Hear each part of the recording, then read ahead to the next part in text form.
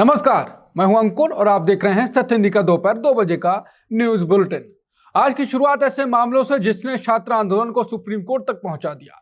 CJP के food volunteer Junaid Malik ने police पर गंभीर आरोप लगाए हैं। वो सुप्रीम कोर्ट पहुंच गए हैं और इसके बाद सोशल मीडिया पर उनके समर्थन में आवाज भी उठ रही है। वहीं सुप्रीम कोर्ट ने भी पुलिस कार्रवाई पर सख्त टिप्पणियां की हैं। इसी बीच बैलेट गन के इस्तेमाल को लेकर नया दस्तावेज सामने आया। पंजाब में धर्मेंद्र प्रधान के बाद एक और शिक्षा मंत्री पर इस्तीफे का दबाव बढ़ गया है। दोपहर के बुलेटिन में जानेंगे संसद और T20 समेत जरूरी सारी खबरें, लेकिन उससे पहले सत्य हिंदी के ऐप को लेकर एक सूचना भी। अब आपको हमारी खबरों देखने के लिए कहीं और जाने की जरूरत नहीं है। आप आज ही सत्य हिंदी ऐप को अपने फोन में डाउनलोड कर लें। इस ऐप पर आप हमारा हर न्यूज बुलेटिन बहुत आसानी से देख सकते हैं और यूट्यूब के हमारे सारे खास शो भी आपको यही मिल जाएंगे। इसके साथ ही हमारी वेबसाइट की सारी खबरें भी इसी ऐप पर मौजूद हैं। यानी अब सब कुछ बस आपके एक क्लिक पर उपलब्ध होगा। तो अभी ऐप स्टोर पर जाएं या डिस्क्रिप्शन में दिए गए लिंक पर क्लिक करें और सत्य हिंदी ऐप डाउनलोड कर लें। अब जानते हैं बुलेटिन की 5 बड़ी खबरें। सीजेपी वॉलंटियर जुनैद मलिक पहुंचे सुप्रीम कोर्ट, पुलिस पर उत्पीड़न के आरोप। छात्र आंदोलन पर पुलिस कार्रवाई पर सुप्रीम कोर्ट ने उठाए सवाल, निष्पक्ष जांच की जरूरत बताई। डीसीपी के ऑर्डर पर चले थे पैलेट गन, द हिंदू की रिपोर्ट में बड़ा खुलासा। धर्मेंद्र प्रधान के बाद पंजाब शिक्षा मंत्री हरजोत बैंस पर बढ़ा इस्तीफे का दबाव। पेपर लीक कानून पर सरकार और विपक्ष आज संसद में आमने सामने। अब शुरुआत करते हैं जहां छात्र आंदोलन में फूड वॉलंटियर जुनैद मलिक के सुप्रीम कोर्ट पहुंचने और पुलिस पर उत्पीड़न के आरोपों से। सीजेपी के फूड वॉलंटियर जुनैद मलिक ने पुलिस कार्रवाई के खिलाफ सुप्रीम कोर्ट का रुख किया। उन्होंने पुलिस पर गंभीर आरोप लगाए हैं। जुनैद का कहना है कि पुलिस उन्हें दिल्ली से उठा ले गई। उन्होंने दावा किया कि कई घंटों तक उन्हें गाड़ी में रखा गया। इस दौरान उन्हें धमकाया और डराया गया। जुनैद ने कहा कि बाद में उन्हें देहरादून रोड पर छोड़ दिया गया। उन्होंने अपने परिवार को भी परेशान करने का आरोप लगाया। जुनैद का दावा है कि गाजियाबाद पुलिस ने उनके पिता को हिरासत में ले लिया। उन्होंने कहा कि पुलिस ने उनके घर पर भी छापा मारा। इतना ही नहीं, मेरठ में बहन के ससुराल भी पहुंची। जुनैद के मुताबिक वहां रिश्तेदारों को भी हिरासत में लिया गया। उन्होंने आरोप लगाया ये सब बिना कानूनी प्रक्रिया के हुआ। अब उन्होंने सुप्रीम कोर्ट से हस्तक्षेप करने की मांग की है। साथ ही परिवार के खिलाफ कार्रवाई रोकने की अपील की। जुनैद पर सोशल मीडिया में भी आवाज उठाई जा रही है। कहा जा रहा है कि जुनैद के हाथ में हथियार नहीं था, खाना था। उसने हिंसा नहीं फैलाई, लोगों को खाना खिलाया। कि अब जंतर मंतर पर सीजेपी के प्रदर्शन में खाना बांटना भी अपराध है। कांग्रेस सांसद इमरान प्रतापगढ़ी जुनैद के समर्थन में खुलकर उतर आए हैं। कांग्रेस सांसद इमरान प्रतापगढ़ी ने जुनैद से मुलाकात की। इसके बाद उन्होंने सरकार पर सीधा हमला बोला। इमरान ने कहा कि जुनैद देश भर के छात्रों की मदद करते रहे। ऐसे व्यक्ति को डिटेन करना सिस्टम का सबसे शर्मनाक चेहरा है। उन्होंने कहा कि आंदोलन के दौरान कई लोग छात्रों की सेवा कर रहे थे। जुनैद ने भी इंसानियत के नाते उनकी मदद की, इसलिए उन्हें परेशान करना गलत है। इमरान ने सरकार से अपील की है कि आंदोलन में सेवा करने वाले लोगों को डराना बंद करें। उनका कहना है कि छात्रों की मदद करने वाले छात्रों के खिलाफ कोई कार्रवाई नहीं होनी चाहिए। छात्र आंदोलन में पुलिस कार्रवाई पर आज सुप्रीम कोर्ट में सुनवाई जारी है। इस दौरान सुप्रीम कोर्ट ने कई अहम टिप्पणियां की हैं। कोर्ट ने कहा कि लंबी बहस की जरूरत नहीं है। छात्रों का आंदोलन पहली नजर में शांतिपूर्ण था। कोर्ट ने कहा कि ऐसे आंदोलन में बाहरी लोग भी घुस सकते हैं, लेकिन इसका मतलब ये नहीं कि छात्रों के अधिकार खत्म हो जाएं। याचिकाकर्ताओं ने पुलिस पर जरूरत से ज्यादा बल प्रयोग का आरोप लगाया है। वकीलों ने कहा कि लाठीचार्ज और आंसू गैस के नियमों का पालन नहीं हुआ। दिल्ली और बिहार की कई घटनाओं का भी जिक्र किया गया। राज्यसभा सांसद मनोज झा की याचिका में सीवान का मामला उठाया गया। इसमें एक अधिकारी पर AK-47 इस्तेमाल करने का आरोप लगाया गया। दूसरी ओर पुलिसकर्मियों के परिजनों ने भी अपनी याचिका दाखिल की। कोर्ट ने कहा कि अगर किसी ने सीमा पार की है तो कानून अपना काम करेगा, लेकिन जांच पूरी तरह स्वतंत्र, निष्पक्ष और पारदर्शी होनी चाहिए। कोर्ट ने कहा कि बिना जिम्मेदारी तय किए जांच का कोई मतलब नहीं। याचिकाकर्ताओं ने सुप्रीम कोर्ट से विशेष जांच दल बनाने की मांग की। उन्होंने कहा कि इसकी अगुवाई पूर्व जज करें। कोर्ट ने कहा कि जांच की रूपरेखा पर बाद में फैसला होगा। सुनवाई में जुनैद मलिक का भी जिक्र हुआ। उनके वकील ने कहा कि जुनैद सिर्फ छात्रों को खाना पहुंचा रहे थे। सॉलिसिटर जनरल ने भी कहा कि छात्रों को शांतिपूर्ण प्रदर्शन का अधिकार है। उन्होंने माना कि अगर किसी ने कानून तोड़ा है तो कार्रवाई होनी चाहिए। साथ ही कहा कि करीब 250 पुलिसकर्मी भी घायल हुए हैं। सुप्रीम कोर्ट ने कहा कि पुलिस पर हमला किसने किया इसकी भी जांच होगी। कोर्ट ने माना कि शांतिपूर्ण आंदोलन को बदनाम करने की कोशिश भी हो सकती है। फिलहाल इस मामले की सुनवाई सुप्रीम कोर्ट में जारी है। सुप्रीम कोर्ट में छात्रों ने पुलिस पर गंभीर आरोप लगाए। उन्होंने कहा कि पूरी पुलिस को दोषी नहीं ठहराया जा रहा है। कई पुलिसकर्मियों ने हालात अच्छी तरह संभाले भी, लेकिन आरोप है कि प्रदर्शनकारियों की निगरानी की गई, फेस रिकॉग्निशन तकनीक इस्तेमाल की गई, इसे आधार से जोड़ने का भी दावा किया गया। इसके बाद छात्रों को पुलिस के संदेश मिलने लगे, उनसे पूछताछ के लिए बुलाया जा रहा है। सुनवाई के दौरान कोर्ट ने भी आरोपों का जिक्र किया। कोर्ट ने कहा कि याचिकाओं में कई गंभीर घटनाएं दर्ज हैं। आरोप है कि शांतिपूर्ण छात्रों पर जरूरत से ज्यादा बल प्रयोग हुआ। याचिकाओं में पेलेट गन के इस्तेमाल का भी आरोप है। दावा है कि एक छात्र की आंख की रोशनी चली गई, रबर बुलेट से घायल होने की बात भी कही गई। याचिकाओं में इलेक्ट्रिक बैटन इस्तेमाल करने का भी आरोप है। कीलों वाली लाठियों के इस्तेमाल का भी दावा किया गया। इससे गंभीर और स्थायी चोटें लगने की बात कही गई। याचिकाओं में एक पत्रकार के गंभीर रूप से घायल होने का जिक्र भी है। फिलहाल इस मामले की सुनवाई सुप्रीम कोर्ट में जारी है। छात्रों के साथ बर्बरता को लेकर दिल्ली पुलिस के दावों पर अब नए सवाल उठ रहे हैं। 20 जुलाई की कार्रवाई से जुड़ा नया दस्तावेज सामने आया है। इसमें पैलेट गन इस्तेमाल करने का दावा किया गया। द हिंदू की रिपोर्ट के मुताबिक ये diary entry rapid action force की है। इसमें कार्रवाई का पूरा ब्यौरा दर्ज है। दावा है कि डीसीपी के आदेश पर फायरिंग हुई। डायरी में 2 राउंड पैलेट कारतूस चलाने का जिक्र है। इसके अलावा आंसू गैस और दूसरे गोले भी दागे गए। इससे पहले दिल्ली पुलिस ने पैलेट गन चलाने से इनकार किया था, लेकिन इस नए दस्तावेज से विवाद और बढ़ गया है। 20 जुलाई को संसद मार्च के दौरान कई लोग घायल हुए थे। एक छात्र की आंख में पैलेट लगने की बात भी सामने आई थी। परिवार का कहना है कि उसकी आंख की रोशनी जा सकती है। अब ये मामला सुप्रीम कोर्ट में, जैसा कि मैंने बताया, सुनवाई जारी है। जंतर मंतर प्रदर्शन में घायल महिला के दावे पर नया विवाद खड़ा हुआ है। एक महिला ने दावा किया कि उसके कान में गोली लगी। महिला का नाम नूतन बताया जा रहा है। वो 20 जुलाई के प्रदर्शन में शामिल थी। नूतन ने कहा कि गोली से उनका कान बुरी तरह घायल हुआ। उन्हें अस्पताल में टांके भी लगाने पड़े। उनके कहना है कि घटना के समय 2 लोग हथियार ताने खड़े थे। उन्होंने ये भी दावा किया कि वो नीली वर्दी में थे, लेकिन दिल्ली पुलिस इस दावे से सहमत नहीं है। पुलिस का कहना है कि मेडिकल रिपोर्ट कुछ और कहती है। पुलिस के मुताबिक महिला को किसी कुंद वस्तु से चोट लगी, गोली लगने की पुष्टि नहीं हुई।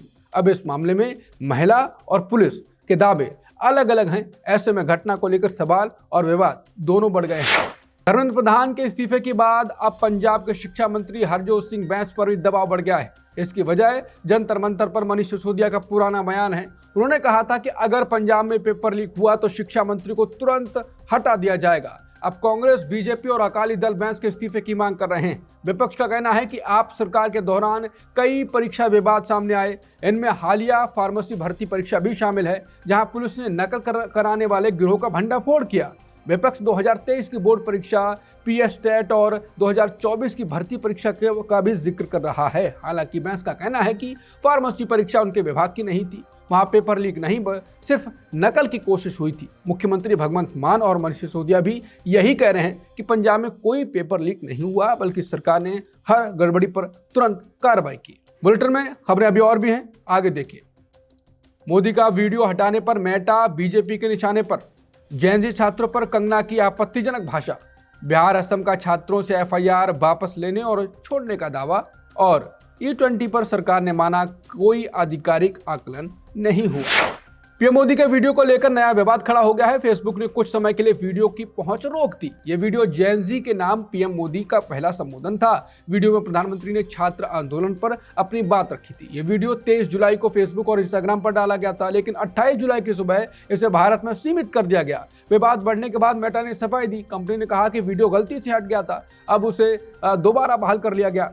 सूत्रों के मुताबिक इलेक्ट्रॉनिक्स और आईटी मंत्रालय ने मेटा के ग्लोबल हेड को तलब किया।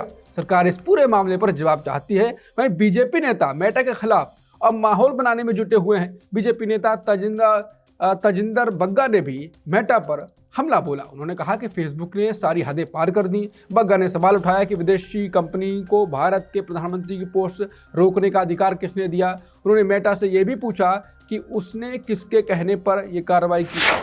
जेएनजी छात्र प्रदर्शनकारियों पर बीजेपी सांसद कंगना रनौत के बयान से नया विवाद खड़ा हो गया। कंगना ने सोशल मीडिया पर प्रदर्शनकारियों की कड़ी आलोचना की।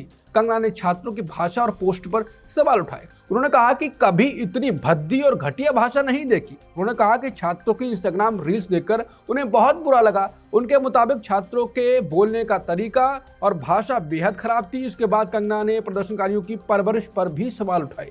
उन्होंने पूछा कि ऐसे बच्चों की परवरिश आखिर कौन कर रहा है। प्रदर्शनकारियों के खुद को कॉकरोच कहने पर भी कंगना ने टिप्पणी की। उन्होंने लिखा कि भारत खूबसूरत और सभ्य लोगों का देश है, लेकिन जो लोग खुद को कॉकरोच कहते हैं उनका व्यवहार भी वैसा ही लगता है। उन्होंने कहा कि ऐसे चीजें देखकर उन्हें सोशल मीडिया से दूरी बनाने का मन करता है। कंगना ने आंदोलन में शामिल कुछ हिंदू महिलाओं पर भी विवादित टिप्पणी की। उन्होंने उन्हें पश्चिमी सोच वाली महिलाएं बताया, साथ ही कहा कि वो इतनी भ्रष्ट और बदसूरत हैं कि अच्छी गृहिणी भी नहीं बन सकती। उन्होंने ये भी आरोप लगाया कि ऐसी लड़कियां नशा करती हैं, शराब पीती हैं और अपने माता पिता की कमाई पर जीती हैं। कंगना ने इन प्रदर्शनकारियों को जनरेशन गटर यानी गटर पीढ़ी भी कहा। उनका दावा था कि इन युवाओं का समाज का कोई योगदान नहीं है समाज में, और वो पढ़ाई में भी अच्छी नहीं है। कंगना के इन बयानों के बाद राजनीतिक प्रतिक्रियाएं भी सामने आई। कांग्रेस नेता भाई जगताप ने पूछा कि छात्र आंदोलन के दौरान छात्रों के साथ हुई मारपीट पर क्या कंगना को कोई दुख नहीं है। उन्होंने कहा कि एक महिला होने के बावजूद उन्हें छात्रों के साथ हुए व्यवहार पर अफसोस क्यों नहीं है। AIMM नेता वारिस पठान ने भी कंगना के बयान की आलोचना की। उन्होंने कहा कि अगर कंगना ने ऐसे शब्द इस्तेमाल किए हैं तो ये बेहद निंदनीय है। उन्होंने कहा कि कंगना को पूरे जेन-ज़ी से माफ़ी मांगनी चाहिए। साथ ही PM मोदी से भी अपने सांसद की भाषा पर ध्यान देने की अपील की। छात्रों पर गोली चलाने वाले बयान से केरल में बड़ा विवाद छिड़ गया। RSS से जुड़े विचारक TG मोहनदास का एक वीडियो वायरल हो रहा है। उन्होंने दिल्ली के जंतर मंतर छात्र आंदोलन पर अपनी राय दी। उन्होंने कहा कि अगर जिम्मेदारी उनके हाथ पास होती तो अलग फैसला लेते। उन्होंने पहले 4 किलोमीटर में कर्फ्यू लगाने की बात कही, फिर प्रदर्शनकारियों को 3 बार हटने की चेतावनी देने की बात कही। उन्होंने कहा कि नहीं मानते तो गोली चलाने का आदेश देता। उन्होंने कहा कि कुछ लोग मरेंगे, कुछ लोग घायल होंगे। उन्होंने दावा किया कि इसके बाद हालात शांत हो जाते। यही नहीं, उन्होंने महिला प्रदर्शनकारियों पर भी आपत्तिजनक टिप्पणी की। उनके इस बयान की सोशल मीडिया पर तीखी आलोचना हुई। विवाद बढ़ने पर RSS ने खुद को बयान से अलग कर लिया। RSS ने कहा कि मोहनदास की निजी राय है। संगठन ने साफ कहा कि वो ऐसे विचारों से सहमत नहीं है। उधर AISF ने पुलिस में शिकायत दर्ज कराई। छात्र संगठन ने इसे संविधान और लोकतंत्र पर हमला बताया और मोहनदास के खिलाफ कानूनी कार्रवाई की मांग की। सरकार के नए आश्वासन के बाद CJP ने फिलहाल आंदोलन टाल दिया है। CJP ने सोमवार को आंदोलन फिर शुरू करने की चेतावनी दी थी। पार्टी ने कहा था कि वादे पूरे नहीं हो रहे हैं। पुलिस कार्रवाई जारी रहने पर उसने नाराजगी जताई। इसके बाद देर रात सरकार और CJP की बैठक हुई। बैठक करीब 2 से 3 घंटे चली। CJP प्रवक्ता सौरभ दास ने इसकी जानकारी दी। उन्होंने कहा कि बिहार और असम ने लिखित आदेश जारी किए हैं। इनमें FIR वापस लेने का भरोसा दिया गया है। सभी गिरफ्तार छात्रों लोगों को छोड़ने की बात भी कही गई है। भविष्य में कोई कार्रवाई नहीं होगी, ये भी लिखा है। सौरभ दास ने कहा कि केंद्र ने भी भरोसा दोहराया है। उन्होंने कहा कि बाकी BJP और NDA राज्यों के आदेश भी आएंगे। CJP का दावा है यह प्रक्रिया मंगलवार तक पूरी होगी। सौरभ दास ने कहा कि किसी प्रदर्शनकारी को अकेला नहीं छोड़ा जाएगा। पेपर लीक पर सख्त कानून बनाने वाला बिल आज संसद में चर्चा के लिए लाया जाएगा। इस बिल पर 6 घंटे चर्चा होगी। लोकसभा स्पीकर ने इसके लिए समय तय किया है। विपक्ष ने बिल में 93 संशोधन दिए हैं। इसके बाद आज जोरदार बहस होने की उम्मीद है। सोमवार को भी बिल पेश किया गया था, लेकिन विपक्ष के हंगामे से चर्चा नहीं हो सकी। विपक्ष छात्र आंदोलन पर सरकार को घेर रहा है। उसने पुलिस कार्रवाई पर भी सवाल उठाए हैं और गृहमंत्री अमित शाह से जवाब मांगा है। सरकार ने माना है कि E20 के लिए तैयार वाहनों की संख्या का आकलन नहीं हुआ। सरकार ने कहा कि ऐसा कोई आकलन नहीं किया गया कि कितनी गाड़ियां E20 के लिए पूरी तरह तैयार हैं। ये जानकारी संसद में लिखित जवाब में दी गई। कांग्रेस सांसद नीरज डांगी ने यह सवाल पूछा था। सरकार ने कहा कि E20 वैज्ञानिक जांच के बाद लागू किया गया। इसमें नीति आयोग और ऑटो कंपनियों से सलाह ली गई। सरकार का दावा है कि कई संस्थानों ने परीक्षण भी किए। इन परीक्षणों में E20 को सुरक्षित बताया गया। सरकार ने कहा कि पुराने वाहनों पर भी बड़ा असर नहीं मिला। माइलेज को लेकर भी सरकार ने चिंता खारिज की। उसने कहा कि माइलेज कई दूसरी बातों पर भी निर्भर करता है। इधर E20 के खिलाफ विरोध लगातार बढ़ रहा है। सोशल मीडिया पर नया अभियान भी शुरू हो गया है। सुप्रीम कोर्ट में भी E20 को लेकर याचिकाएं दाखिल हैं। अब सरकार के जवाब से बहस और तेज होने की संभावना है। सुबह 11 बजे के बुलेटिन में इतना ही। बाकी खबरों के लिए बने रहिए सत्य हिंदी के साथ। शाम 6 बजे मिलते हैं नई खबरों के साथ। नमस्कार।